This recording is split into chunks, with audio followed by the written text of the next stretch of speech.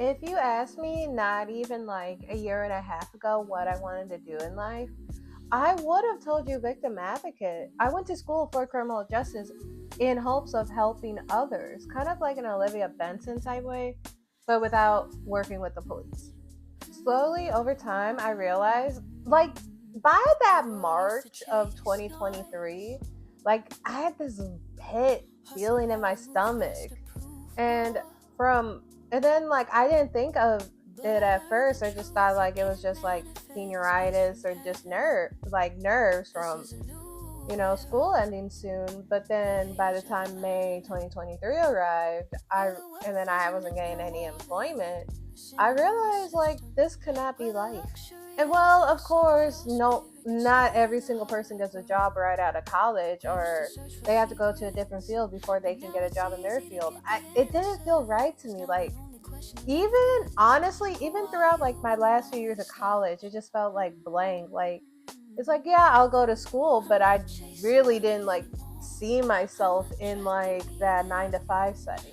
I also kind of realized like I was using criminal justice as a shield of masking one protecting me when I was a child. And using your trauma as an inspiration for a job to get a particular job, not exactly the best route to go. Can it be a motivator? Sure, but it can't be like the 100% reason why you want to work somewhere or go into a particular field. What got me started doing videos? I wasn't like, I didn't even consider myself a content creator. I was more of just like posting videos on YouTube in 2020 when I fractured my ankle and I was just on bed rest with nothing else to do. And I'm like, why not? Might as well give me something to do.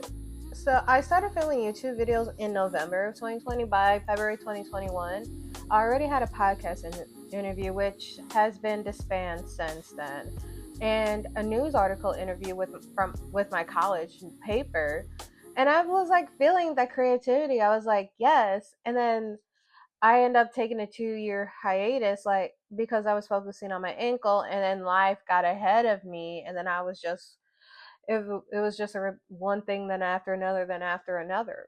But in those 2 years, I never stopped thinking about like in my like answering questions like I was in an interview doing this creative stuff, like seeing myself go like being in places speaking, seeing myself being at these events, meeting other, whether they'll be celebrities, athletes, like people, like politicians, athletes, just whatever person you could almost think of. I've pictured myself in a room with them talking about my epilepsy awareness. Remember how I was saying 2023 I got that pit stomach?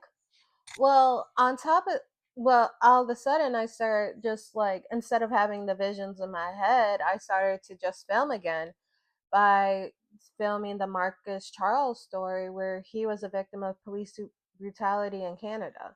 And doing that, and it felt like I was in the beginning. I didn't feel like myself. I didn't feel like I could do this. And then I attempted a podcast and extreme failure. So then I decided to just take some time, just reviewing how I want to start Diary of an Epileptic again. In 2023, I told myself I would never do TikTok. I'll never do TikTok. I end up doing TikTok because I was bored at work and I'm just sitting there waiting for people to show up. So I end up just doing that.